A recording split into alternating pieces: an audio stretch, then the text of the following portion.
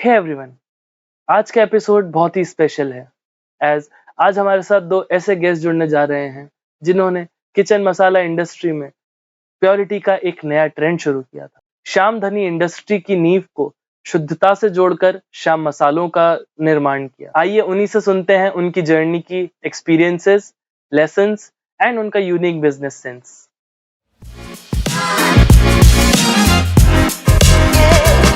नमस्कार sir, welcome to रोबोसेपियन podcast. हम बहुत टाइम से वेट कर रहे थे आपके साथ एक पॉडकास्ट रिकॉर्डिंग करने का, मैम आपके साथ भी, बिकॉज आप इंडस्ट्री के स्पाइस इंडस्ट्री के एक लीडर हैं आज की तारीख में, एंड लोग आपको फॉलो करते हैं इस चीज़ में। तो आई थिंक ये एक बहुत अच्छा मौका मिला है मुझे और मेरे व्यूअर्स को कि वो समझ सके कि हाउ यू रीच्ड हियर, आपकी जर्नी कैसी रही, और आपसे वो एडवाइसेस मिल सके जो कि हमारे व्यूअर्स को और जो फ्यूचर के एंटरप्रेन्योर्स हैं, जो फ्यूचर लीडर्स हैं, उनको वो एडवाइस मिल सके जो उन्हें अभी ज़रूरत है। बहुत अच्छा है कि आपने ये सोचा और आज आप हमारी सक्सेस स्टोरी के बारे में जान रहे हैं। तो मैं अपनी सक्सेस स्टोरी के बारे में आपको बताता हूँ। जी सर। 95 में मेरे पिताजी की ये सोच थी कि भाई स्पाइस बाजार में शुद्ध कम मिलते हैं, अशुद्ध मिलते हैं और जनता को इसका लाभ नहीं मिल पाता है। एक इस सोच की वजह से उन्होंने मेरे को ये धंधा चालू करवाया कि भाई जनता को अच्छे मसाले, शुद्ध मसाले मिले और काम आगे बढ़े। तो 95 में मैंने अपनी ये जर्नी स्टार्ट करी थी इस सोच के साथ में कि जनता को शुद्ध मसाले हम दे सकें। और इसमें कुछ तकलीफें भी आई, लेकिन हमारा जो उद्देश्य साफ-साफ था कि हमें शुद्ध चीज़ें बनानी है, चाहे प्रॉफिट कम हो, चाहे ज़्यादा हो, उसकी कोई दिक्कत नहीं है, जैसे भी होगा। लेकिन अगर अपन चीज़ शुद्ध देंगे, तो जो जनता का आशीर्वाद मिलेगा, वो हमारे को मिलेगा और हम इससे आगे बढ़ेंगे। और मेरे को एक ब्रांड भी बनाना था कि मैं जनता को अच्छी चीज़ देके अपना ब्रांड बना पाऊँ। इस सोच के साथ मैंने अपना बिज़नेस स्टार्ट किया और मुझे इसमें बराबर सफलता मिली है, क्योंकि बाज़ार में अशुद्ध चीज़ें ज़्यादा थी उस समय और हमारे को इसका प्रमोशन मिला। मैंने जनरल ट्रेड में भी व्यापार किया है, मॉडर्न ट्रेड में भी व्यापार किया है, मैंने होरेका बिज़नेस भी किया है, मैंने एक्सपोर्ट भी किया है।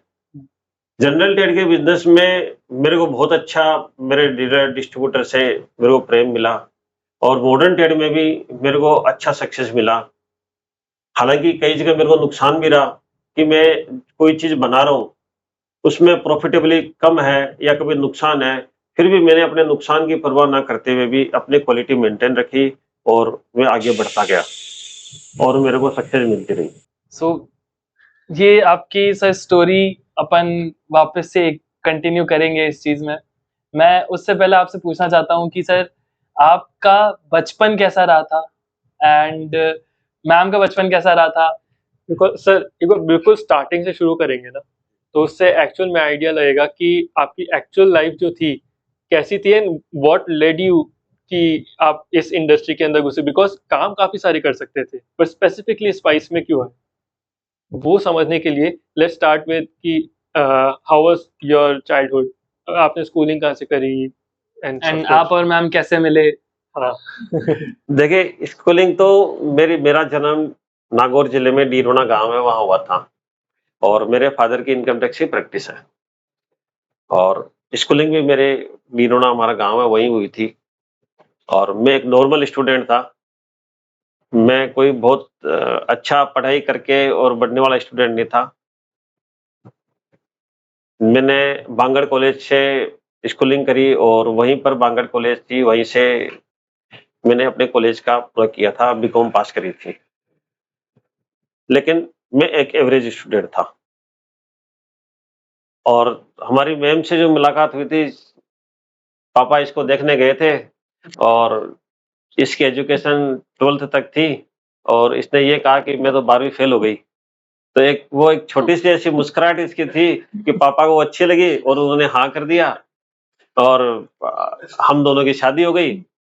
हम दोनों इस मैदान में आ गए और बिजनेस को संभालने लग गए और पापा की ये सोच थी कि भाई एक स्पाइस का बिजनेस है जिसके अंदर बाजार में शुद्ध मसाले मिलते हैं, शुद्ध चीजें लोगों को मिले, इसी सोच के अनुसार उन्होंने मेरे को ये बिजनेस करवा के दिया। एक अच्छा उद्देश्य था, हमने क्वालिटियां मेंटेन करी और हम आगे बढ़ते गए और लोगों का हमें आशीर्वाद मिलता रहा कि जो भी क्वालिटी अच्छी अगर किसी को मिलती है तो वो उसको गाली नहीं देता है, बिल्कुल। और जो क्वालिटी खराब देता है चाहे वो पैसे उससे कम ले रहा है लेकिन वो कुछ अपशब्द बोलता ही है उसको कि यार तूने क्वालिटी अच्छी नहीं दी, पैसे ज्यादा ले लेता। लेकिन हमने क्या है कि इन चीजों का ध्यान रखा और मार्केट का भी ध्यान रखा, मार्केट में क्या डिमांड है, लोग क्या चाहते हैं। कुछ लोगों की स्थिति की वो क्वालिटी तो लेना चाहते हैं लेकिन रेट नहीं देना चाहते हैं, तो हमने उस पर भी ध्यान दिया कि हम कम मार्जिन पर धंधा कर लेंगे या मार्जिन नहीं होगा तब भी चलेंगे लेकिन क्वालिटी देना है। कई जगह मुझे चैलेंज ऐसे आए कि सप्लाई का सिस्टम नहीं बैठ पा रहा था, तो हम लोगों ने क्या है कि जैसे जयपुर से मटेरियल भेजा ट्रांसपोर्ट के थ्रू, झुंझुनू भेजा या नवलगढ़ भेजा या मलसीसर भेजा, बगड़ भेजा और वहां पर साइकिल किराए पर ली, ट्रांसपोर्ट से माल छुड़ाया और दुकानदारों को साइकिल से मैंने जाके सप्लाई किया। कुछ जगह चैलेंजेस ऐसा भी आया कि दुकानदार कहता है कि माल हमारे तो दुकान पर उतार के जाओ आप, तो मैंने वो पलदारी भी करी, एक कट्टा उठाया और उसकी दुकान पर भी रखा। और एक बहुत ही चिंताजनक ऐसी स्थिति थी कि भाई उसमें कोई कमजोर व्यक्ति होता है तो टूट जाता है वो, लेकिन मेरे पिताजी की ऐसी शिक्षा दी हुई कि अपने को हिम्मत रखनी है, कोशिश करनी है और कोशिश कभी बेकार नहीं जाती है। तो वो एक उद्देश्य माइंड में था और ये जर्नी हम स्टार्ट करते गए और हम आगे बढ़ते गए।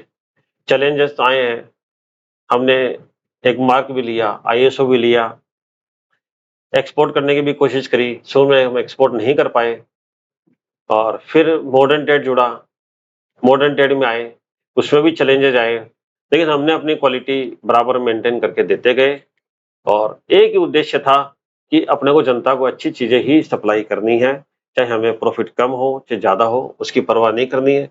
ईश्वर देखेगा, वो अपने आप अपने को रोटी देगा, अपने भाग्य में जो लिखा है वो हमें मिलेगा और इस सोच के साथ हम आगे बढ़ते गए और हमें सफलता मिलती रही। बिल्कुल शानदार सर, शानदार। आपका चाइल्डहुड कैसा था? हमारा And- चाइल्डहुड तो वही गांव में पले है हाँ। और मतलब उस टाइम पे तो वो सुविधाएं भी कम होती थी गांव में। तो 10th तक तो हमने जैसे मेरा रेगुलर किया था, उसके बाद वही पढ़ाई का कि गांव में लड़कियों को भेजते नहीं थे बाहर, तो वो प्राइवेट दिया। तो वो क्या उस टाइम पे हमारे पास ऑप्शन नहीं होता था कि आपको कॉमर्स, मेरे को कॉमर्स में था इंटरेस्ट, लेकिन फिर वहाँ कोई ऑप्शन नहीं था तो इसलिए आर्ट्स लेना पड़ा। आर्ट्स हमारे पल्ले नहीं पड़ती थी तो ऐसे ही करके बस वो 12th कैसे जैसे किया। बचपन में क्या हर एक्टिविटी में शौक था कुछ भी करने का, मतलब पूरा दिन भर बैठने का कभी ऐसा नहीं कि बैठ के टाइम पास करे, कुछ ना कुछ करते रहते थे, छोटा मोटा जुगाड़ जो भी है। तो वो क्या शुरू से क्रिएटिविटी करने का दिमाग में था कि कुछ करना है। तो बस यहाँ शादी होने के बाद में यहाँ मौका मिला कुछ करने का कि पहले हम लोग जैसे वहां रहते थे विद्याधर नगर, तो वहां से मैं उस टाइम पे हमारे पास वो साधन ही होते थे कि कैसे आना है फैक्ट्री। ये तो सुबह आ जाते थे, फिर भी गृहिणी को तो काम करके निपटा के फिर आना होता है तो फिर मैं जैसे बाइक बस कैसे भी आती, फिर वहां से 12 नंबर उतरती, फिर वहां से पैदल आती। मैम आपके भी बहुत स्ट्रगल्स रहे हैं, मतलब स्ट्रगल्स तो अब बच्चे भी छोटे छोटे थे, उनको भी संभालना। उन्हें भी साथ में लेके आते थे फिर? बेटा छोटा ही था उस टाइम पे, तो ये Okay. बहुत डिफिकल्ट। ऐसे बस किसी ने ऐसे बोला नहीं था कि तेरे को काम करना है, लेकिन खुद की इच्छा थी कि मुझे बैठना नहीं है। मैम ये सबसे बड़ी बात होती है कि खुद की इच्छा से आदमी काम करे। खुद की इच्छा से किया कि ऐसे घर किसी ने थोड़ी बोला कि तेरे को कोई काम करना वगैरह। तो वहां तो सब विद्यार्थी नगर में तो आराम से 9 बजे 10 बजे काम निपटा के सो जाओ, पूरा दिन कौन काम लेकिन मेरी इच्छा थी कि कुछ काम करना है। फिर यहाँ आती तो ये बोलते तो क्या करेगी, मैंने कहा कुछ छोटा मोटा सीखेंगे जब भी तो काम करेंगे। फिर धीरे धीरे बस ये जैसे पहले मार्केट जाते तो मैं पीछे से संभाल लेती, फिर टूर पे जाना होता तो बोले फैक्ट्री कौन बैठेगा, मैंने कहा मैं पूरे दिन में बैठ जाऊंगी। ऐसे करते करते बस अभी आपके आने से पहले सर यही बता रहे थे कि आप सर का moral support and back support थे पूरा इस बिजनेस को खड़ा करने के लिए। हाँ बस वो साथ साथ इसीलिए फिर यही था कि भाई रुचि बन गई काम करने की, कि एक के बाद एक काम ऐसे करने के, रेसिपीज डेवलप करना रोज, फिर नया इंटरेस्ट जगता गया कि ये तो 3 ही मसाले, मिर्ची, धनिया, हल्दी, इसके बाद में कुछ और नया करें, तो कभी चाट मसाला बनाना है, कभी सब्जी मसाला बनाना है, तो ये सब क्रिएटिविटी जगने ब्लेंडेड लगे। स्पाइसेस पूरा आपका ही स्टार्ट करा हाँ। हुआ है इससे kind of। हाँ, मतलब रेसिपीज डेवलप करना ये शुरू से ही था मेरा। अच्छा, तो अभी भी आप ही हाँ, हैंडल अभी भी करते हैं? आप सारा प्रोडक्शन इसका आप ही हैंडल प्रोडक्शन पे वही मैं ही करती मैडम हूँ ही देख रही है सारा। सारा प्रोडक्शन, Okay। उसका कैसे टेस्ट डेवलप करना है, फिर भी कुछ कैसे नया रेसिपी और बनानी उसमें है। और नया भी क्या करना है वो भी चलता रहता है। तो आप मतलब आपके अभी रिसेंट ब्लेंडेड स्पाइसेस कौन कौन से हैं जो कि मतलब जो नॉर्मल मार्केट में नहीं मिलते हैं? जो मतलब रेगुलरली यूज में नहीं आते हैं। हाँ, वो अभी हमने काफी डेवलप किया है, जैसे सैंडविच मसाला, पराठा मसाला, फ्राइम्स मसाला, मसाला, और पपड़ी चाट मसाला। हाँ, पपड़ी चाट मसाला, दाबेली मसाला, ये सारे डाले हुए हैं अभी मैंने। Nice, very nice. ये ऐसी चीजें हैं जिनके बारे में लोगों को पता नहीं है, बट जिनको पता है उनके लिए तो सारी चीजें बहुत इजी हो जाती है। मतलब वरना हर चीज के अंदर अगर आप सैंडविच भी बना रहे हो तो हाँ, एक एक वो अभी जैसे मैं स्पाइस घर अलग अलग में, डाल दोगे। हम लोग खुद ही टेस्ट करते हैं पहले से, मेरे बेटी को टेस्ट कराते हो, जो भी घर में आते रहते तो उनको कुछ नया बना के दो, टेस्ट अपने आप डेवलप्ड हो जाता है, और सैम्पलिंग करते रहते, देते रहते हैं कि मैंने कहा ये ट्राई करके बताओ मेरे रिलेटिव्स को, ननद वगैरह जो भी घर में आता है सबको, तो बोलते ये वाला अच्छा है। अभी सीजनिंग सबने काफी बनाई थी, पिज्जा पास्ता सीजनिंग्स, और ये मतलब विदाउट वो अजीनोमोटो के बनाई थी। तो ये उसमें जैसे मतलब ये भी एक बड़ा इशू है कि कई सारे स्पाइसेस जो बाहर से एक्सपोर्ट करे हुए हैं अपने इंडियन मार्केट में लोग इसलिए नहीं खरीदते हैं क्योंकि उनको लगता है जैसे मतलब वो है भी हार्मफुल अपने लिए। हाँ, बस वो कि इस देसी चीज नहीं है। हाँ, देसी कुछ नहीं। केमिकल बेस होते हैं, केमिकल बेस होता है। तो केमिकल हटा के उसको करना चाहते हैं, सो अपने केमिकल फ्री रहे। करेक्ट, वो नेचुरल अपने स्पाइसेस बनते और हैं। कुछ चीजें ऑर्गेनिक आती है तो इच्छा रहती है ऑर्गेनिक चीजें भी काम मिले, कई कि उसमें पेस्टिसाइड भी कम से कम रहे। भी कई चीजें तो हम अपने फार्म हाउस में ही वहीं पे ही तैयार करते हैं, और जैसे एक कड़ी पत्ता है तो तो अपने फार्म हाउस में पैदा करते हैं, वही मीठे नीम के फ्रेश पेड़ लगा रहे हैं काफी उनको सारे। सुखाते हैं तोड़ के, और फिर वही उनमें मसाले में यूज ले लेते हैं। एक चीज मेरे को जाननी थी, जब मैं आपकी बात सुन रहा था आपके बारे में, तो मेरे को एक क्वेश्चन आया कि आपने ओल्ड एरा में भी काम किया है, मॉडर्न जो अपना बिजनेस है इसमें भी काम किया, तो इसके अंदर सबसे मेजर डिफरेंस क्या रहा है कि पुराने मार्केट को बेचना और अभी वाले मार्केट को बेचने में? ऐसा दोनों ही मार्केट डिफरेंट है। जनरल ट्रेड में एक लिमिटेशन होती है कि छोटी छोटी दुकानें होती है जिनकी कैपेसिटी उनके अनुसार होती है, और वो हमारा प्रोडक्ट लेता है और सेल करता है। उसमें उसको मार्जिन भी अपना रखना होता है, क्यों, उसको अपना एक घर चलाना होता है। बिल्कुल। इस हिसाब से वो मार्जिन रख करके प्रोडक्ट को सेल करता है। और हर गांव में कहीं 50 दुकानें, कहीं 100 दुकानें, ऐसे बढ़ा हुआ मार्केट है। मॉडर्न ट्रेड जो आया ना, ये थोड़ा अलग से था। इनको सेल वॉल्यूम चाहिए होता है, चाहे मार्जिन कम हो लेकिन वॉल्यूम ज्यादा हो, और इनका प्रेजेंटेशन स्ट्रांग होता है। ये कोई भी प्रोडक्ट होता है उसको पूरा डिस्प्ले करते हैं कि भाई कोई भी कस्टमर अगर अंदर एंट्री करता है उनके स्टोर में तो उसको सब चीजें विजिबल होती है, और प्रोडक्ट भी 3-4 कंपनी के होते हैं, ताकि ग्राहक की जो इच्छा वो प्रोडक्ट उठा सके। अगर उसको मसाला शाम का चाहिए शाम का उठा सकते हैं, उसको कोई नेशनल ब्रांड चाहिए नेशनल ब्रांड उठा सके, तो उसके पास एक चॉइस खड़ी हो जाती है। कोई हो सकता है सस्ता है, कोई हो सकता है महंगा है, वो चॉइस के अनुसार ले लेता है। जनरल ट्रेड के व्यापारी के पास वो चॉइस कम रहती है। उसको एक गृहिणी आके कहती है मुझे दाल चाहिए, वो दाल दे देता है, कौन सा ब्रांड है पता नहीं होता। मेरे को मसाला चाहिए, वो उठा के मसाला दे देता है। वो ब्रांड पूछता है तो दे देता है, नहीं तो अपने हिसाब से दे देता है। एक गृहिणी के पास एक कोई बहुत बड़ी चॉइस नहीं होती है उसको देखने के लिए। तो ये एक मेजर डिफरेंट है। और मॉडर्न ट्रेड के अंदर क्या है, वो दिखाते हैं सारे प्रोडक्ट। तो जब चीज दिखती है तो कोई चीज की आवश्यकता नहीं होती है, लेकिन फिर भी वो दिखने में दिखता है कि हाँ आगे जरूरत पड़ेगी, तो वो प्रोडक्ट ले जाता है। तो मॉडर्न ट्रेड के लोगों का सोच क्या है कि जब एक कस्टमर आता है उसको ही लगता है मुझे तो 1000 रुपए की शॉपिंग करनी है या 1500 रुपए की शॉपिंग करनी है, लेकिन वो शॉपिंग करके ले जाता है 2500 रुपए का, 3000 का। और कई बार वो अमाउंट और भी ज्यादा बड़ी हो जाती है। और जब हम जनरल ट्रेड में दुकानदार के पास जाते हैं तो एक हमारी लिस्ट होती है कि हमें ये चीजें चाहिए होती है, तो हम उसको लिस्ट पकड़ा देते हैं, लिस्ट बोल देते हैं, तो वो सामान निकाल के दे देता है। जनरल, ये एक मेजर डिफरेंस है। इस डिफरेंस की वजह से कुछ हमारे छोटे दुकानदारों को लॉस भी हो रहा है और मॉडर्न ट्रेड बढ़ भी रहा है। और कुछ क्या होता है कि हम लोग कोई स्कीम देना चाहते हैं कि कोई प्रोडक्ट हम सस्ता करके बेचना चाहते हैं, तो एमटी की मार्केट में वो उसको सस्ता करके दे देते हैं। हम जो मार्जिन उनको कम करके देते हैं तो अपना भी मार्जिन वो कम कर देते हैं। एक फैक्ट्री से निकला हुआ प्रोडक्ट वो 10% पर कंज्यूमर को अवेल करा देता है, और जनरल ट्रेड के अंदर सेम टाइम के अंदर वो प्रोडक्ट 30 से 40% ऊपर में ही बिकता है। वो फैक्ट्री से निकला हुआ प्रोडक्ट 10% ऊपर लेके कस्टमर को अवेल नहीं करा पाता है, उसकी मजबूरी हो जाती है। उसके अंदर दो चैनल आ जाते हैं, एक डिस्ट्रीब्यूटर आ जाता है, एक रिटेलर आ जाता है। तो एमटी में सेम टाइम में ऐसा नहीं है, तो एक बहुत बड़ा मेजर डिफरेंस है। इसलिए अभी एमटी ग्रो भी हो रहा है। आप लोगों ने देखा होगा रिलायंस है, डीमार्ट है, ये कितना आगे बढ़ गए, कितनी सेल है। सही बात है।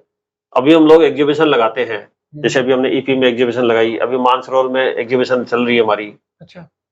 तो वहां पर जो कस्टमर आता है वो यही कहता है हम डीमार्ट से लेते हैं आपके मसाले। तो एक उसकी हैबिट बनी हुई है कि हम लोग वहां जा रहे हैं। तो हम लोगों का जो प्रोडक्ट फेमस होता है वो एमटी के मार्केट में ज्यादा फेमस होता है। वैसे भी डीमार्ट ने एक बहुत अच्छा पूरा एनवायरनमेंट बना लिया है, जिसके अंदर अगर आपके पास स्कीम्स है, अच्छी स्कीम्स है, तो आप डीमार्ट में एंटर करिए एज अ वेंडर एंड वहाँ पे अपना प्रोडक्ट प्लेस करिए और वहाँ से आप सेल करिए, तो वहाँ पे सेल करना आसान हो जाएगा। I that's what I believe. I am not sure, that's something I would like to know कि एक्चुअल में वहाँ से सेल करना आसान है या फिर ये जो ऑनलाइन सेलिंग प्लेटफॉर्म्स है जैसे ब्लिंकिट है या फिर अपना क्या नाम था उसका, जेप्टो। हाँ, जेप्टो है ना, उनसे उनसे सेल करना ज़्यादा आसान है फॉर एनी कंपनी।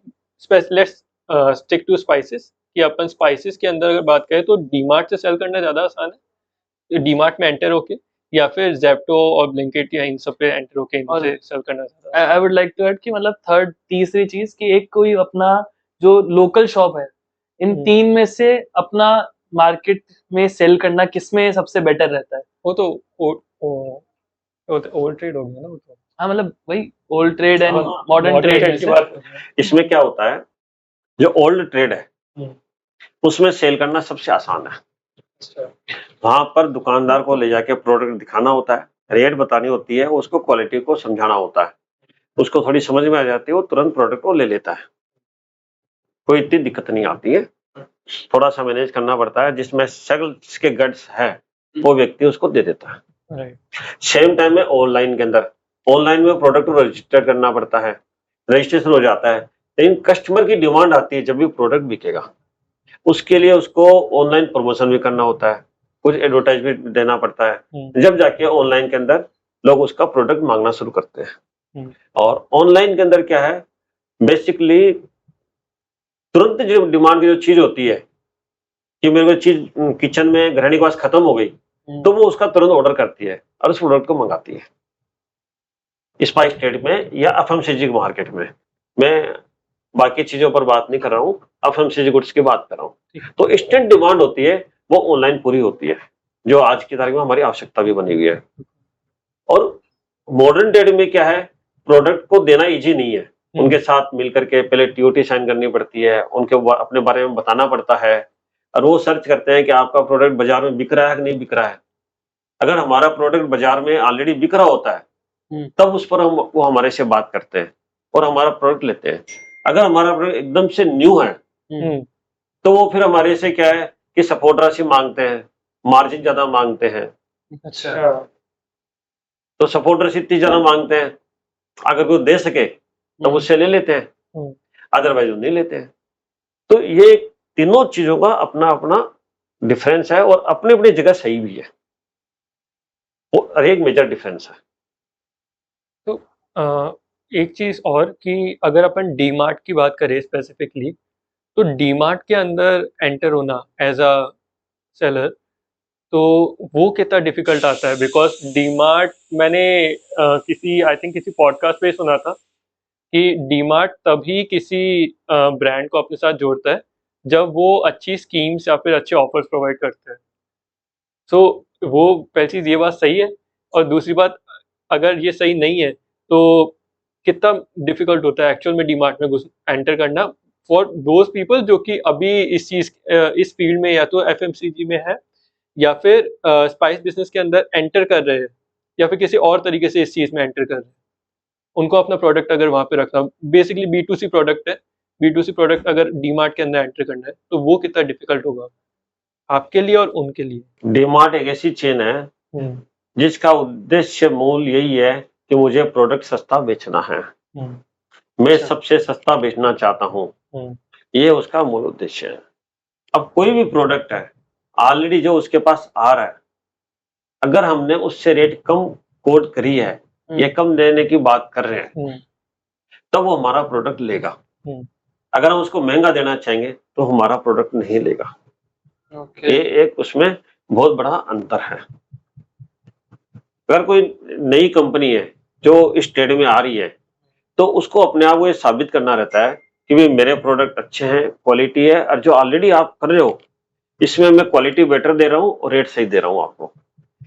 जब भी वो लेना चाहते हैं उसमें इतना ही होता है कि उसको अपना मार्जिन बहुत लिमिटेड रखना पड़ता है, तब वो प्रोडक्ट ले लेता है। लेकिन चूंकि डीमार्ट के पास प्रोडक्ट देने वाले लोग ज्यादा हैं, उसके बाद स्पेस कम है, जैसे ऐसे मानिए उसकी रिक्वायरमेंट इतनी चाहिए कि मैं 20 प्रोडक्ट और ले सकता हूँ, लेकिन सामने सप्लायर के 200 प्रोडक्ट खड़े हैं, 200 आइटम के खड़े हैं, उसकी जगह तो 20 प्रोडक्ट की है, तो वो उसमें चॉइस करके 20 प्रोडक्ट ही लेगा, वो ज्यादा प्रोडक्ट नहीं लेगा। तो अभी आज का जो सिनेरियो है इसमें डीमार्ट में प्रोडक्ट देना आसान नहीं है, बहुत डिफिकल्ट है। जो लोग पुराने जुड़े हुए हैं वो जुड़े हुए हैं, अदरवाइज डीमार्ट से जुड़ना थोड़ा टेढ़ा काम है। आज मैं स्पाइस इंडस्ट्री की बात करूं तो मेरा ब्रांड कोविड से पहले डीमार्ट से जुड़ गया था और हम अभी इतने सालों से डीमार्ट में अपना प्रोडक्ट सेल कर रहे हैं। बट राजस्थान में स्पाइस कंपनी अन्य कोई भी उसको अपना प्रोडक्ट नहीं दे पाई है। चाहती तो बहुत है देना लेकिन नहीं दे पा रहे। क्यों? उनके पास स्पेस नहीं है, या उनके पास जो उनकी रिक्वायरमेंट है कि 3 से 4 ब्रांड हमें रखने हैं वो रख रहे हैं, या फिर उनके खुद के स्पाइस भी आते हैं डीमार्ट के, वो उसको भी प्रमोट करना चाहते हैं तो दूसरी कंपनी का प्रमोट कम करना चाहते हैं। तो ये सब चीजें हैं, ये डीमार्ट का सीधा सीधा फंडा है। ओके, सो बेसिकली अगर कोई नई कंपनी है तो उसको ओल्ड ट्रेड के हिसाब से पहले जाना चाहिए और फिर अपनी इस्टेब्लिश करें और फिर उसके बाद ये ऑनलाइन या फिर डीमार्ट के अंदर जाने की कोशिश करें। देखिए, नई कंपनी स्पाइस इंडस्ट्री या फिर में आना चाहती है तो उसके अपने एक उद्देश्य होने चाहिए कि मेरे को कैसी क्वालिटी देनी है, मेरे को कौन सा कस्टमर टारगेट करना है, मेरे को सी ग्रेड का कस्टमर टारगेट करना है, बी का करना है या ए का करना है। वो एक अपना उद्देश्य बनाता है और उसके हिसाब से वो अपनी क्वालिटी मेंटेन करके और बाजार में आता है। कुछ थोड़े बहुत उसको लोकल चैनल्स पर एड या पीओपी या कुछ शो करके और वो मार्केट में एंटर करता है।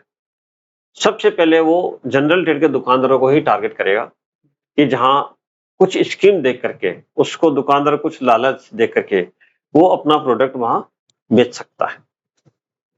उसके बाद में सेकंड स्टेप आता है कि वो ऑनलाइन भी जोड़ता है ताकि प्रोडक्ट दिखने लग जाए, क्योंकि आज की तारीख में सोशल मीडिया बहुत हावी है और जो आइटम सोशल मीडिया पर दिखता है वो विजिबल हो जाता है। उसके बाद में वो क्या है कि मॉडर्न ट्रेड के अंदर भी कोशिश करता है कि मेरे प्रोडक्ट चले। अब आदमी प्रयास करेगा, क्वालिटी मेंटेन करेगा, अपने उद्देश्य सही रखेगा, तो ऐसा कठिन कार्य भी नहीं है कि मॉडर्न ट्रेड में प्रोडक्ट ऐड नहीं हो पाता है, हो जाता है।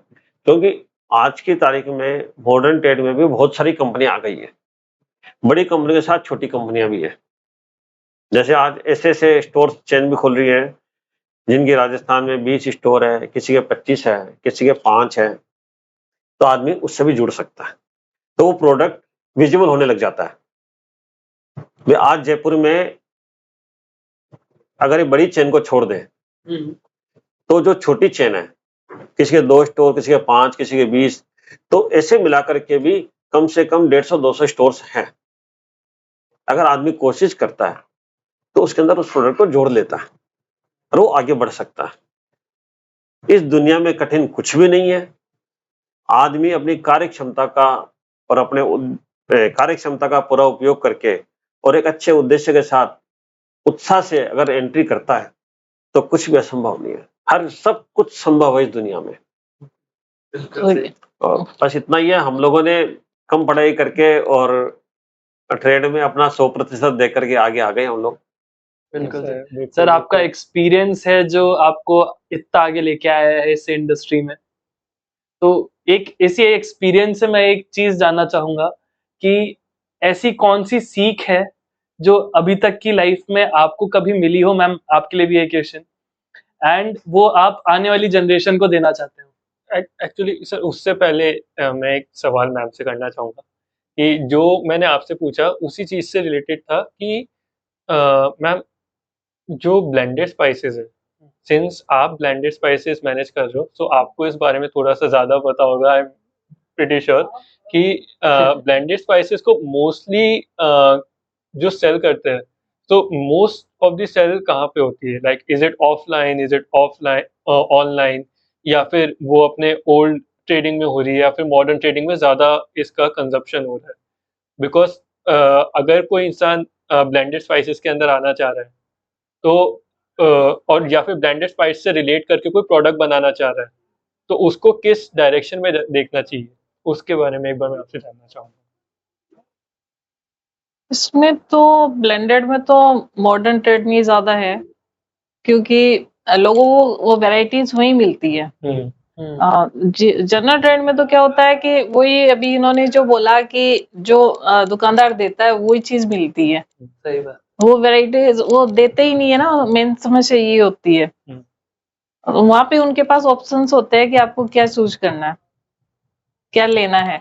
वो अपने पास खुला रहता है रास्ता। सही। तो और वहां पे क्या है कि थोड़ा सा वो भी हो जाता है कि एक रेट का भी फर्क पड़ता है कि वहां थोड़ी चीजें सस्ती मिलती है, तो लोगों के दिमाग में रहता है कि अपने को यहाँ से खरीदने से सही रहेगा। सही।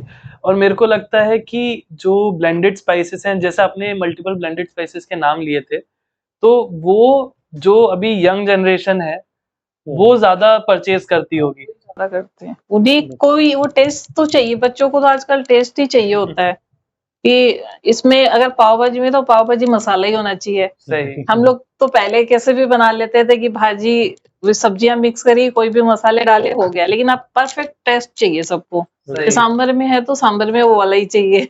बिल्कुल। मैम, इवन मेरी मम्मी, मैं बताऊँ इंसिडेंट, तो मेरे घर पे जब बनता है खाना, तो अगर पाव भाजी बन रही है, पहले मैं छोटा तब ऐसा होता था कि हाँ ठीक है, सारे अलग-अलग मसाले डाले जा रहे हैं, या फिर कई बार पिस के आ रहे हैं मसाले, है ना? पिसा के ला रहे हैं पापा, और फिर उसके बाद उसको यूज़ कर रहे हैं। बट अब ऐसा हो गया कि डायरेक्ट गए, दुकान से खरीदे, और मिक्स मसाले मिलते हैं कि छोला मसाला अलग, है ना? इसका अलग, पाव मतलब भाजी का वो वही सबके यूज़ फ्रिज होता है। में होता है कि सारी वैरायटीज होती है, सारी वैरायटीज होती हैं।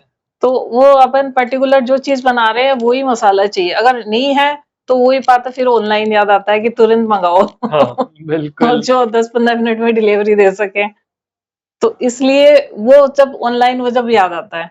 बाकी तो अपन कभी गए, संडे भी गए, तो अपने को एक चाहिए पूरी सामान एक साथ आ जाता है। जैसे संडे को घूमने गए या लेना है सामान, तो वो चीज है।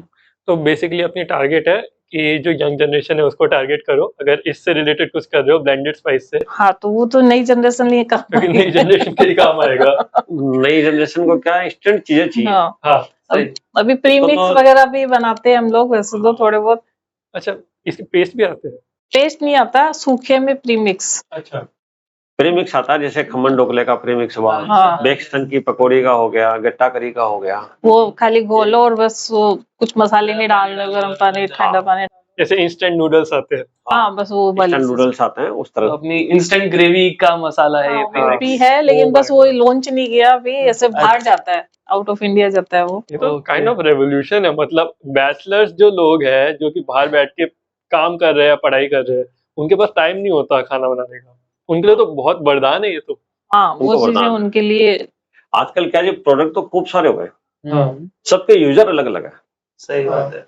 कुछ प्रोडक्ट है नॉर्थ के टेस्ट के हैं, कुछ साउथ के टेस्ट के हैं, कुछ बाहर के टेस्ट के हैं। बेसिकली स्पाइसेस बहुत लिमिटेड होते हैं, लेकिन आज हम जैसे 300 प्रोडक्ट तैयार कर रहे हैं, तो 300 प्रोडक्ट की रेंज देखेंगे ना, तो ऐसे मसाले भी आपको नाम दिखेंगे जो अपने कभी सुना ही नहीं है, बिल्कुल। जो सिर्फ बाहर ही यूज होते हैं, तो अपने यहाँ काम में नहीं लेते हैं। मसाले के नाम से पहले ये तो होता था कि बोले मसाले की फैक्ट्री, कोई मसाले की फैक्ट्री होती है क्या? Right. अब उनको ये आइडिया नहीं है कि इतनी बड़ी फैक्ट्री भी लगती है क्या, इतना ये सब चीज। बिल्कुल। आप इवन अभी भी सिटी में जाओगे तो फिर वहाँ पे तो मसालों वाली जो रास्ता है, वहाँ पे तो खूब लगा हुआ है कि हाँ पिस के आ रहे हैं, बोरे रख रहे हैं। वो बस वहीं मसालों पे के use नाम हो से वो रहे हैं। 3 ही मसाले जानते हैं कि मिर्ची, धनिया, हल्दी, बस खत्म हो Exactly. गया। वहीं पे खत्म हो जाता हाँ, है वही। सब कुछ। हाँ, वो ट्रेडिशन ट्रेड है, हाँ। वो धीरे धीरे ट्रेंड चेंज भी हो रहा है। हम्म। वो जो खुले मसाले का चलन है, काफी वो सारे नहीं लोगों को तो पता ही नहीं है। मेरे जो यंगर सिबलिंग्स है, कजन्स, उनको अगर मैं बताता हूँ कि ऐसे पिस के आते हैं मसाले, वहाँ पे सिटी में है, ये है, तो दे गेट अमेज कि ऐसा भी होता है, हम तो ऑनलाइन ही मंगाते हैं, हमें तो डब्बे में आते हैं। सर आपकी इतनी अच्छी स्टोरी थी एंड मैं उसमें से ये जानना चाहता हूँ कि आपने इतने साल का एक्सपीरियंस लिया है इस इंडस्ट्री में, तो ऐसी कौन सी चीज है जो आपने बहुत अच्छी सीखी हो, आपको बहुत अच्छी लगी हो और वो आप आने वाली जनरेशन्स को सिखाना चाहते हो? देखिए इसके अंदर एक बात तो यह है कि परचेज बहुत महत्वपूर्ण है हमारी इंडस्ट्री के अंदर, क्योंकि एग्रीकल्चर प्रोडक्ट है और भाव में उतार चढ़ाव होता रहता है। तो मैंने इसमें जो चीज सीखी है कि डेटाबेस वर्किंग करनी होती है, कि कौन से एरिया में कितनी क्रॉप आ रही है, लास्ट ईयर कितनी क्रॉप थी, अब कितनी संभावनाएं हैं और मौसम क्या बोलता है। तो ये डेटाबेस वर्किंग करके और हम लोग वर्किंग अपनी परचेज स्ट्रॉन्ग करते हैं, तो ये अपना एक अलग ही महत्व है। क्योंकि परचेज अगर हमारी अच्छी होती है तो नेचुरल बिजनेस में ग्रोथ बहुत इजी है। एक महत्वपूर्ण पॉइंट ये हुआ। दूसरा महत्वपूर्ण पॉइंट ये है कि हमें अपने प्रोडक्ट को चारों सेगमेंट में देना रहता है, चाहे वो जीटी का मार्केट हो, चाहे वो एमटी का मार्केट हो, चाहे होरेका का मार्केट हो जिसमें इंस्टीट्यूशन सेल्स या रेस्टोरेंट की सेल आती है, और चौथा एक्सपोर्ट हो। सब में हमें प्रोडक्ट को फैलाना होता है। उससे क्या होता है, हम जनरली देखते हैं कि अभी तो बाजार बहुत मंदा है, साहब ग्राहकी नहीं आ रही है, प्रोडक्ट बिक नहीं रहा है। लेकिन अगर हम सभी सेगमेंट में होते हैं तो कहीं न कहीं प्रोडक्ट बिक रहा होता है और हमारा कम ग्राहकी का या कम सेल वाला पॉइंट उसमें थोड़ा स्मॉल हो जाता है, वो बहुत कम रह जाता है और उसका बिजनेस में इफेक्ट नहीं आता है। तीसरा इसमें मैंने सीखा है कि पुराने टाइम में क्या होता था कि 100 रुपए का सामान खरीदा और 110 में बेचना है, 105 में बेचना है, ये टेंडेंसी थी।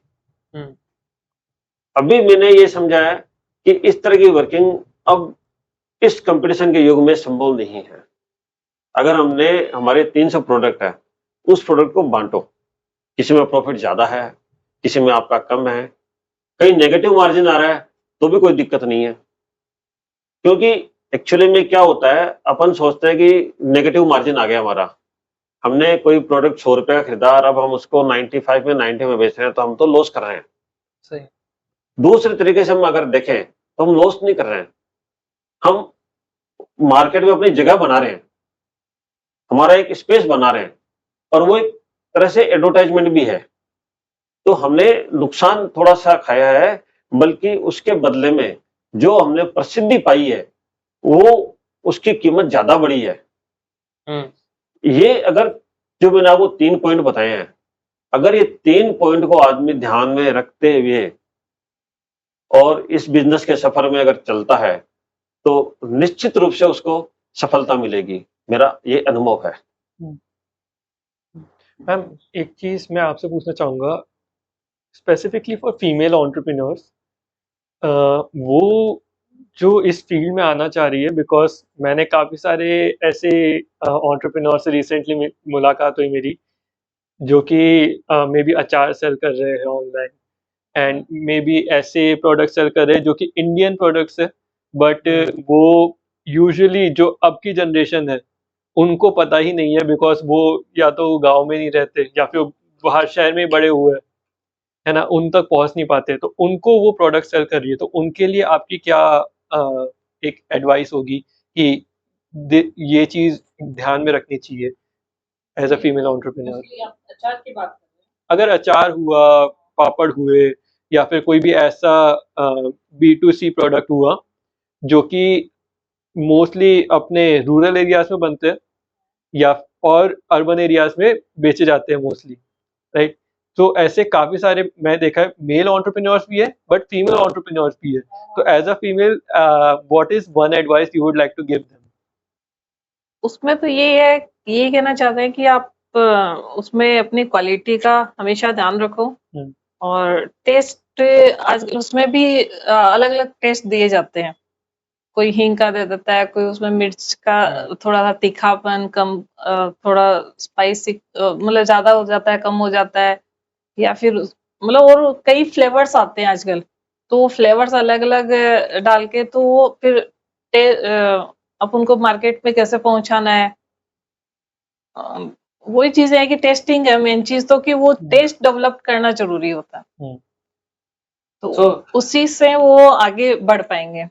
तो आपने कभी मतलब एक चीज मेरे को बड़ी वो इंटरेस्टेड सी लगी कि एक क्वेश्चन था कि क्या आपने कभी आपके मसालों में बीच में टेस्ट चेंज किया है, कि मतलब आपको लग रहा था कि जैसे मान लो आपकी कंपनी बहुत टाइम से चल रही है, सो पुराने जमाने के टाइम पे जो टेस्ट था लोगों का और जो आज के टाइम पे टेस्ट है लोगों का, तो क्या आपने उस टेस्ट को अपनाने के लिए आपने अपना मसालों का टेस्ट चेंज किया है? हाँ, वैसे टेस्ट चेंज नहीं करता है, लेकिन एक तो क्या है कि पुराना चला आ रहा था, और लेकिन ट्रेडिशनल अलग, फिर उसमें क्या अलग अलग हो जाते हैं, जैसे साउथ का अलग टेस्ट होता है, अपने नॉर्थ का अलग टेस्ट होता है, तो वो उसी हिसाब से डिवाइडेशन हो जाता है। ओके। और फिर है ना फ्लेवर्स, फिर उसका क्या जैसे नॉर्मल बता रहे, जैसे पाव भाजी, सांभर, ये सब तो वही टेस्ट होता है। अब उसमें भी ये होता है कि नई कंपनियां खूब आ रही है, लेकिन वो भी है ना, जैसे पाव भाजी मसाला बना रही है, लेकिन उसमें वो प्रॉपर टेस्ट नहीं आता है। बना दिया, लेकिन वो सेम टेस्ट तो आना मुश्किल होता है ना, सही। हर कंपनी नहीं बना सकती ना वो चीज, तो उसके लिए भी कई रिसर्च करनी पड़ती है। सही बात है मैम। बस वही चीजें हैं, तो नहीं, वो इसमें क्या हम लोग ये भी करते हैं कि जो टेस्ट बना हुआ है उसको और इम्प्रूवमेंट करते रहते हैं। हाँ, मैम थोड़ा बोलने में बता रह जाती है कि आज अपने चीज अच्छी बनाई है, अभी लग रहा है अच्छी है, फिर भी हम और उसको कैसे बेटर कर सकते हैं, तो ये हम लोग, ये मैडम प्रयास करती है कि टेस्ट कर करके कि वो और कैसे अच्छा बन सकता है, सही बात है। तो लोगों को ज्यादा अच्छा लगे। ऐसा नहीं है, फीडबैक आता है कि भाई आपके प्रोडक्ट में कुछ चीज हमें कम लग रही है, ये कुछ ज्यादा लग रही है, पसंद आ रहा है, लेकिन कुछ फीडबैक आता है तो उसको हम सुधार करते हैं, उसको और अच्छा मोर बेटर करने की कोशिश बना करते के भी टेस्ट करवाते हैं, जैसे छोला है तो छोले बना के फिर वो भी टेस्ट करवाते हैं कि इनमें ये मसाले डले हुए, आप उसको उसमें और क्या कम लग रहा है। हम लोग जैसे ये एग्जीबिशंस लगती है ना, तो हम प्रोडक्ट बना के ले जाते हैं, जैसे हमने छोले बना के ले गए, या पनीर की सब्जी बना के ले गए, किचन किंग से पनीर की सब्जी बनाई, छोले मसाले से छोले बनाए, पाव भाजी से भाजी बनाई, और वो वहां एग्जीबिशन में ले जा करके लोगों को टेस्ट करवाते हैं। तो उस दिन क्या होता है, एक दिन के अंदर 400 से 500 लोग उसको टेस्ट करते हैं, वो अपना व्यू देते हैं अलग अलग, तो इतने लोगों का व्यू आ जाता है हमारे पास, हमें ये पता लगता है कि हम कहाँ खड़े हैं, हम कितने पानी में हैं। अगर हमें लगता है कि यहाँ पर टेस्ट को अपने को डेवलप और करना चाहिए, कि किसी एक पॉइंट के बारे में 10-12 लोगों ने बोल दिया कि इसमें ये कुछ कम लग रहा है, ये कुछ ज्यादा लग रहा है, जहां लगता है तो हम उसको चेंज करते हैं, अगर लगता है ठीक है तो कंटिन्यूस रहता है।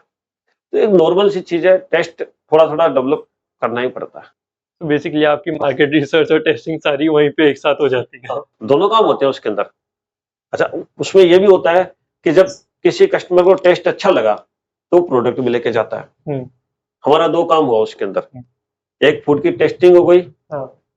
उसके साथ में उसका रिव्यू मिल गया, उसका फीडबैक मिल गया, और साथ में वो प्रोडक्ट भी लेके जाता है। अब वो जो प्रोडक्ट लेके जाता है और उसको अच्छा लग रहा है तो दोबारा अपने पड़ोस की किराने की दुकान से या अपने पड़ोस के जो मॉल बना हुआ है उसके अंदर से वो बिल्कुल। मांगता भी है। वहां भी कहीं नहीं मिला उसको तो ऑनलाइन सर्च करता है और वो मंगाता है। ये सब मार्केटिंग के तरीके हैं। तो बेसिकली सबसे अच्छा तरीका ब्रांड बिल्ड करने का यही है कि एक क्वालिटी लेके चले और यूजर को अच्छी रेट के अंदर अच्छी क्वालिटी प्रोवाइड करे, ताकि यूजर भी खुश हो, वो वापस आए आपके ही ब्रांड को, स्पेसिफिकली आपके ब्रांड को परचेज करने के लिए। बिल्कुल, आपने सही समझा है। आपने इसमें कहीं कॉस्ट मैटर नहीं किया कि आपने अच्छी क्वालिटी बढ़ाई, कंज्यूमर को दी और कंज्यूमर ने अपने से वापस मांगी। जब कंज्यूमर डिमांड करेगा तो कॉस्ट निकलने में दिक्कत नहीं आएगी। डिमांड तो आनी चाहिए ना। बात सही, सही बात है। डिमांड आएगी जब भी आप प्रोडक्शन कर पाओगे, बिल्कुल। अदरवाइज क्या करेंगे। तो आज के जमाने में या इस युग के अंदर यही है कि आदमी एक अच्छे उद्देश्य के साथ चलता है तो उसको सफलता जरूर मिलती है। बिल्कुल। और सर, मैंने तो अपने जर्नी में बहुत सीखा है, बहुत सीखा है बिल्कुल सर। कि मैं एक 3 मसाले से शुरुआत करी थी मैंने, जिसमें मिर्च पाउडर, धनिया, हल्दी, 3 ही आइटम थे मेरे पास। और आज मैं ओवर 300 मसाले से भी ज्यादा अभी हम तैयार कर रहे हैं, जहां हमारे बहुत कम रिटेलर ये जुड़े हुए थे। आज हम 20,000 रिटेलर हमारे से जुड़े हुए हैं। 9 स्टेट में हम अपना प्रोडक्ट बेच रहे हैं, 17 कंट्रियों में हम एक्सपोर्ट कर पा रहे हैं। और जो मॉडर्न ट्रेड की रिटेल चेन है, लगभग 1500 से 2000 स्टोर्स पर हमारा प्रोडक्ट अवेलेबल है पूरे नॉर्थ के अंदर। तो ये सारा मुकाम हमने हासिल किया है। अमेजिंग, रियली इंस्पायरिंग मेरे लिए तो, कि आप आज की डेट में भी आप इतने अच्छे लेवल पे बैठ के काम करते हैं पूरे सुबह से लेके रात तक, और इतने बड़ी इंडस्ट्री को मैनेज कर रहे हैं एज अ फैमिली। बिकॉज मैंने काफी देखा है, सही। लोग फैमिली बिजनेस स्टार्ट करते हैं but it usually doesn't work, because एक जनरेशन के बाद दूसरी जनरेशन में भी कर ले, तो उसके बाद जो जनरेशन आती है वो ऐसे होते हैं, हमें कुछ नया करना है, हम कुछ और करेंगे और छोड़ देते आप मेरी जर्नी में देखेंगे हैं। कि मैंने अपना मकान नहीं बनाया अभी तक। फैक्ट्री में ही ऊपर मकान बना के रह रहा हूं मैं।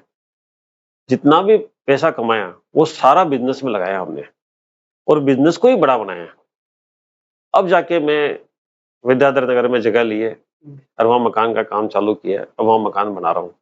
इतने सालों बाद में हमारे भी मन में आई थी, हमारी भी कई आशाएं थी, मतलब इच्छाएं थी, उनका दमन भी हुआ है, लेकिन एक ब्रांड बिल्ड कर लिया। उसमें हमारे को बहुत ज्यादा खुशी है कि हमने एक अच्छा ब्रांड बिल्ड कर लिया। तो जहां हमने अपनी इच्छाएं गंवाई कहीं, लेकिन आज जो स्थिति हमारी पैदा हुई है, हम उसमें ज्यादा खुश हैं कि मकान अब बन जाएगा। अब जो हमारी इच्छाएं रह गई वो बाद में पूरी हो जाएगी, हमें कोई दिक्कत नहीं है। बिल्कुल सर। ये एडवाइस से मेरे को याद आया, मेरे को एक चीज जाननी थी कि आज तक आपको कई लोगों ने काफी एडवाइसेस दी होगी एंड काफी लोगों ने काफी चीजें बताई होगी, बट आपकी अभी तक की सबसे बेस्ट एडवाइस क्या थी जो आपको मिली है, और किसने दी थी वो? देखिए, बेस्ट एडवाइस जो थी ना, जो पहले दिन से हमारे पिताजी ने दी थी कि अपने को क्वालिटी मेंटेन करते हुए बाजार में बढ़ना है, खर्चे की प्रॉब्लम है नहीं। वही एडवाइस आगे तक चली है। अब आपकी बात ठीक है, उसके बाद में एडवाइस भी आई है, कोऑपरेशन भी आया है, और कुछ एक मेरे मित्र हैं जिन्होंने मेरे को ये एडवाइस भी दी, जो भी बहुत अच्छी है, कि अपने को खाली स्पाइस के बिजनेस में रहना है, कि जिस बिजनेस में अपने को नॉलेज है, अपने को सिर्फ उसी को आगे बढ़ाना है। इसीलिए आज तक हम और बिजनेस जो जैसे चाय का है या ड्राई फ्रूट्स का है या दालों का है, उसमें हम लोग नहीं आए, क्योंकि हमारी मास्टरी स्पाइस में है, तो हमने इस बिजनेस को पकड़ के रखा है।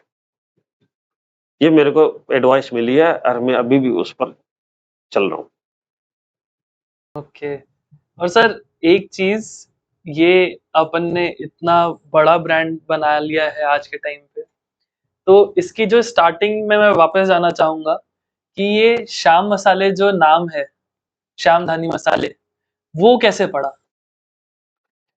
ये श्याम नाम तो मेरे पिताजी ने रखा था, वो श्याम के भगत है। उन्होंने कहा कि अपने बाबा का आशीर्वाद है, इसलिए अपन श्याम के नाम से ही मसाले रखेंगे, और इस सोच के अनुसार उन्होंने ब्रांड का नाम रखा, वही आज चल रहा है। सर बिफोर वी एंड, हम चाहते हैं कि आप दोनों भी हमसे कोई क्वेश्चन करें, क्योंकि इतनी देर से हम आपसे बहुत सारे क्वेश्चन कर रहे थे, और ये हमारा एक ट्रेडिशन है इस पॉडकास्ट का कि जो भी हमारे गेस्ट आते हैं हम उनसे बोलते हैं कि एक बार एंड में हमसे भी कोई क्वेश्चन करे, ताकि हमें पता चले आपके दिमाग में क्या चल रहा था पूरे इंटरव्यू के टाइम पे। नहीं, आपसे तो बस इतना सा ही पूछना है कि आपने अपनी जो शुरुआत करी है, जो ब्रॉडकास्ट का जो आपने बनाया है, ये क्या सोच के, और इस जर्नी में क्या चीज आपके, ये नई चीज क्या है जो हम लोगों को देखने है कि हम लोग इससे क्या लाभ ले सकते हैं, क्या नई चीज डेवलप करी है आपने? ये सर हमने ये पॉडकास्ट इसलिए शुरू किया था क्योंकि हम पहले कई बार स्टार्टअप ट्राई कर चुके थे करने का खुद का। हम सॉफ्टवेयर स्टार्टअप करने का ट्राई कर चुके थे, काफ़ी सारे अलग-अलग ट्राई करे, बट हर जगह जाके एक पॉइंट पे फेल हो रहे थे कि यार प्रोडक्ट तो हम बना देंगे, पर इसके आगे क्या करना है? वहाँ पे ठीक है, हम अपने पेरेंट्स से गाइडेंस ले सकते हैं, लोगों से ले सकते हैं, पर हमने सोचा कि एक काम करते हैं, अगर सिर्फ हम ही गाइडेंस लेंगे तो वहीं पे हम सेल्फिश हो जाएँगे, हम अपने पास रख के बैठ जाएँगे बात को। क्या करते हैं, सबके पास जाते हैं जिनसे गाइडेंस लेनी है, जिनसे पूछना है, जिनसे समझना है, और उनसे बात करते हैं। उनका वो जो सेशन होगा उसको रिकॉर्ड करेंगे और उस चीज़ को आगे डाल देंगे, ताकि जो जूनियर्स आएँगे, हमारे बाद में आएँगे, उनको भी एक आइडिया मिल जाए कि ये चीज़ शुरू कैसे करनी है और इसके बाद क्या करना है, ताकि कहीं न कहीं किसी न किसी एपिसोड के अंदर किसी न किसी को हेल्प मिलती रहे। मतलब आप सबकी सक्सेस स्टोरी पूछते हो और वो कैसे सक्सेस हुए हैं, तो आपको कुछ क्लू मिलता है कि हमें कैसे सक्सेस होना है, हमें लोगों को बताना है कि आप कैसे सक्सेस हो सकते हो, बिल्कुल। ताकि लोग ज्यादा से ज्यादा आपको सुने, और जितने ज्यादा लोग आपको सुनेंगे, आपके जो वीडियो बनाए हैं वो देखेंगे और उससे उनको लाभ होगा, तो वो आपको जरूर याद रखेंगे और आपका काम बढ़ता रहेगा।